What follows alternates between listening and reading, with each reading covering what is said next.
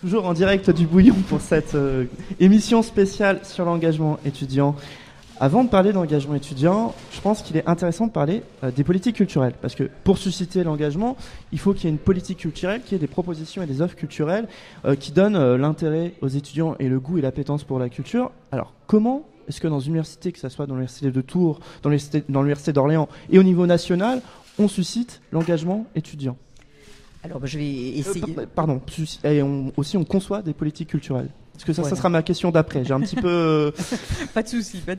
Donc moi aussi, je vais essayer de séparer les deux lobes de mon cerveau, puisque je suis là d'abord au titre d'Art Université Culture, donc qui est le réseau qui rassemble les services culturels des établissements d'enseignement supérieur français, pas que universités, écoles et autres, qui rassemble quand même, et qui est une sorte à la fois de centre de ressources, de lieux où on réfléchit ensemble et où on compare aussi nos pratiques et où on échange les bonnes pratiques, puisqu'à l'évidence, dans chaque université et chaque politique culturelle d'université est un peu le reflet d'une histoire, de la spécificité d'un établissement, de choix qui sont faits, de valeurs portées par l'établissement. Donc c'est toujours la somme d'un ensemble de choses. Et quand on voit comment fonctionnent les différents services culturels, toutes les universités, tous les établissements d'enseignement supérieur n'ont pas un service culturel. Là aussi, il y a des périmètres qui sont tout à fait variables et dont on se rend compte que ça structure aussi un peu la façon de fonctionner des établissements et les axes des politiques culturelles. Eh bien justement, donc vous parliez des services culturels des différentes universités. Est-ce qu'avec la future commu qui va être mise en place avec Tours, Orléans, Poitiers, Limoges, La Rochelle, si je ne me trompe pas, est-ce que les services culturels vont travailler de pair pour arriver à faire une offre culturelle cohérente et pertinente pour chaque étudiant qui sera dans différents sites universitaires de la commu? Rappelez ce qu'il y a aussi un petit peu une commu. Donc c'est une grande réunion d'universités pour travailler ensemble. Ce sera donc la commu Léonard de Vinci. C'est une université confédérale qui s'appelle donc Léonard de Vinci et qui rassemble les sites que vous avez mentionnés, enfin les universités que vous avez mentionnées, ainsi d'ailleurs que de nombreuses écoles du même territoire. Hein. Ce n'est pas limité aux universités. Voilà. Donc du coup, est-ce que vous avez tous travaillé de pair ensemble? Alors ce travail, si on peut dire, il se fait à deux niveaux, ou alors on va dire même à trois niveaux. C'est-à-dire que d'une part, les universités de Tours et d'Orléans appartiennent à la même région, appartiennent à la même académie, ont donc déjà de nombreuses habitudes de travail sous des configurations diverses qui ne s'appelaient pas communes, mais qui facilitaient les contacts et les échanges. Ainsi, par exemple, nous avons mis en place il y a déjà de nombreuses années l'échange PCE, PAC, ces dispositifs d'accès à la culture qui concernent les étudiants d'Orléans d'une part, de Tours d'autre part. Tout étudiant de Tours qui en fait simplement la demande se voit offrir le PAC orléanais, donc l'accès aux propositions de l'université d'Orléans, et idem dans l'autre sens. Donc ça préexistait, si on peut dire. C'est une question de proximité de territoire.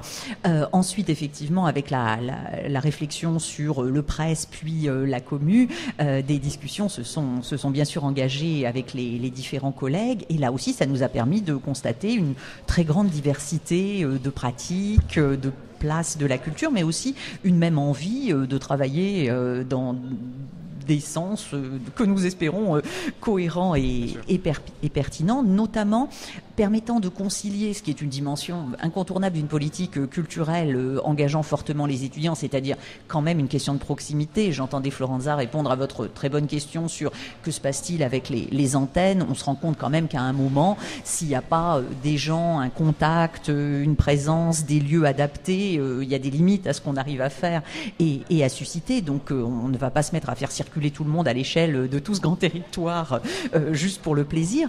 Mais par contre, travailler ensemble à échanger nos bonnes pratiques, échanger ce que nous faisons bien, échanger ce qui marche, et puis voir comment valoriser un certain nombre de propositions dans la programmation ou dans l'engagement étudiant. Ça, oui, on y travaille. Et également au niveau donc d'Art Université Culture, puisque là, au sein donc de ce réseau, il y a un groupe de travail sur les politiques culturelles universitaires qui se trouve être présidé par Catherine Benguigui, qui est la vice-présidente de l'Université de La Rochelle. Donc du coup, nous avons fréquemment l'occasion d'échanger sur ces sujets ensemble. Voilà. Malgré l'autonomie des universités, maintenant, il y a quand même des réflexions mises en amont justement par Art Culture Université université et culture sur ces questions. Mais malgré tout, est-ce que le ministère de l'enseignement supérieur a une part par rapport à l'élaboration de ces politiques culturelles?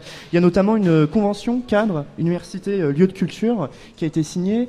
Alors, comment cette convention joue justement sur l'élaboration des politiques culturelles? Alors tout à fait, cette convention a marqué un moment de reconnaissance de la part du ministère de l'Enseignement supérieur et du ministère de la Culture et de la Communication de l'importance de favoriser les pratiques culturelles étudiantes en université, mais aussi de préparer, alors on dit comme ça fait un peu étrange, mais enfin de favoriser l'accès à la culture, aux artistes, à la création artistique comme spectateurs et comme acteurs dès l'université, poursuivant ainsi l'action que le ministère de l'Éducation nationale met en place depuis fort longtemps dans le cadre de tout ce qui est éducation artistique et culturelle. Et cette volonté, cet axe fort qui a émergé, qui donc a son développement ou son point d'aboutissement, dont on espère que ce n'est évidemment qu'un point d'étape, dans la convention université et lieu de culture, s'est accompagné aussi de l'organisation des rencontres, sous la forme de journées d'éducation artistique et culturelle en milieu universitaire, qui sont autant d'occasions de mettre un coup de projecteur sur ce qui se fait, de valoriser ce qui se fait, et puis d'inciter des établissements qui, pour des quantités de raisons, peuvent ne pas avoir mis en avant, développé de politique culturelle de la même manière. Donc, Art Université Culture a un rôle un peu moteur, parce qu'ils sont force de proposition, ils sont en contact avec les deux ministères, ils essayent d'accompagner effectivement une évolution dont on pourrait espérer à terme qu'elle amènerait aussi peut-être à une meilleure prise en compte dans le cadre des évaluations des établissements, ce qui se fait dans le domaine de la vie culturelle, qui souvent recoupe aussi, ou en tout cas est en lien étroit avec la dynamique étudiante et associative. Les politiques culturelles au sein de l'université, les destinations premières de ces politiques, ce sont les étudiants qui sont un public spécifique, oui. Qui sont présents à l'université premièrement pour se former. Alors justement, comment on prend en compte ces étudiants dans les politiques culturelles et comment on fait le pont entre la formation et la culture? Alors, très grande diversité, évidemment, à l'échelle de l'ensemble des établissements français, vous vous en doutez bien, même si la réflexion est partagée. Ensuite, les moyens que l'on a, les partenaires que l'on a pour le faire et les possibilités qu'on a, notamment du fait des profils des établissements, parce que vous avez des universités qui vont avoir des formations longues dans des domaines qui sont particulièrement porteurs. Bon, je suis dans une université qui a la chance notamment d'avoir un cursus complet en musique et musicologie, un cursus complet en histoire de l'art, qui a une tradition historique de beaucoup de pratiques théâtrales et un département, une filière art du spectacle, un centre de formation des musiciens intervenants qui n'a pas de STAPS mais qui a un SUAPS où il y a là aussi historiquement une pratique de danse très forte. Donc bien sûr, il y a des choses qui sont presque facile à construire dans le lien avec les formations. On a parfois un peu plus de difficultés, mais c'est des axes qui sont en train d'émerger très clairement pour aussi faire le lien avec la recherche. Alors je sais que parfois c'est moins perceptible du côté vie étudiante, mais c'est par rapport aux dynamiques des universités très important et très valorisant pour les enseignants qui sont engagés dans des projets qui, au niveau des formations, peuvent impliquer de l'activité culturelle ou de la culture scientifique et technique, de voir ceci reconnu aussi dans le cadre de l'activité de recherche et valorisé aussi dans le cadre de l'activité de recherche. Donc ça, c'est des axes forts. Bien entendu, chaque université décline ceci en fonction de ses partenariats, de ses lieux. Quand vous avez une salle de spectacle, quand vous avez un lieu, comme c'est le cas ici avec le Bouillon, comme c'est le cas pour nous à TLM, comme c'est le cas dans pas mal d'universités, vous allez vous retrouver avec des possibilités de valoriser, de programmer, que vous n'avez pas si vous n'avez pas de lieu propre et que vous êtes dépendant effectivement d'autres lieux. Autant d'établissements, autant de possibilités, mais une même envie et je crois une même préoccupation des équipes qui dirigent ce qui touche à la vie culturelle. Sophie Rager vient tout juste de nous rejoindre dans nos studios. Sophie Rager, bonjour. Bonjour. Vous êtes vice-présidente déléguée à la vie étudiante de l'Université d'Orléans. On était un petit peu en train de parler justement de comment on conçoit une politique culturelle dans une université. Alors comment est-ce que justement au niveau de l'Université d'Orléans ça se passe? Comment est-ce qu'on conçoit une politique culturelle à destination des étudiants? Eh bien, il y a quand même quelques textes réglementaires qui nous donnent les grandes lignes.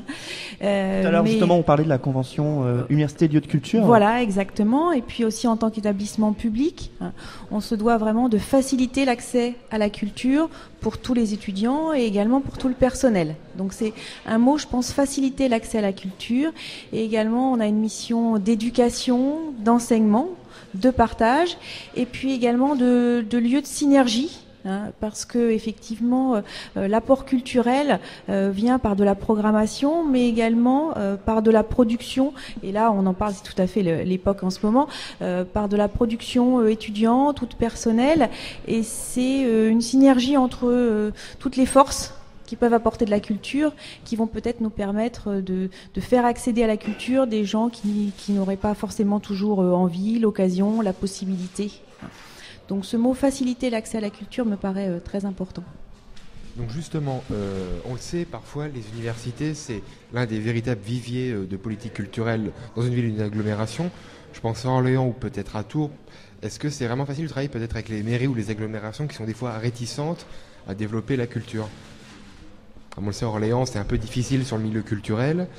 Avec différentes salles, des choses comme ça. On travaille très bien avec toutes les structures culturelles. Après, avec les collectivités, c'est différent. Enfin, forcément, il y a des volontés politiques sur lesquelles on n'a pas prise, voilà. Et puis, enfin voilà, ce qu'on disait avant, ça dépend de la configuration aussi de la ville, de l'université, du fait d'avoir un lieu ou de pas avoir de lieu. Il est vrai qu'à Orléans, l'ouverture du centre culturel a aussi changé la donne, puisque du coup, on n'était plus dépendant entre guillemets des salles de l'agglomération, puisqu'on pouvait proposer notre propre lieu aux étudiants de façon tout à fait facile et gratuite, enfin facilement accessible. Donc voilà, mais par contre, les structures culturelles ont toujours cette volonté de travailler avec nous, puisqu'on est un peu la prise directe sur le monde étudiant. On est un peu le premier, on est un peu facilitateur dans ce sens-là, quoi. Enfin, on essaye en tout cas. Oui, et à l'évidence, tout ce que disait Sophie sur le rôle de dynamisation et pour faciliter l'accès, il passe aussi dans toute université par des liens étroits avec les structures professionnelles et les artistes qui interviennent, puisque c'est une manière excellente pour les étudiants de pouvoir confronter leurs pratiques, avancer dans leurs pratiques, avancer dans la connaissance qu'ils peuvent avoir des formes artistiques.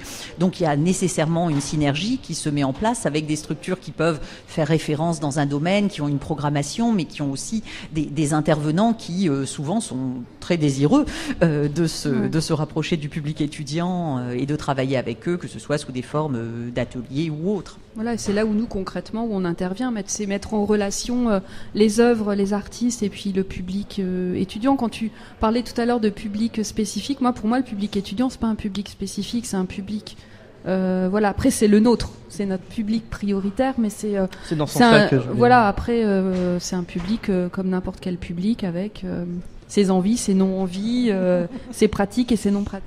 Bah justement, on s'est intéressé à ce public, on a voulu essayer de comprendre un petit peu ce qu'était leur envie, comment ils consommaient la culture au niveau du campus et au niveau de la ville, et pour cela on a réalisé un micro-trottoir que je vous propose d'écouter maintenant, et on en réagit tous ensemble, tous après.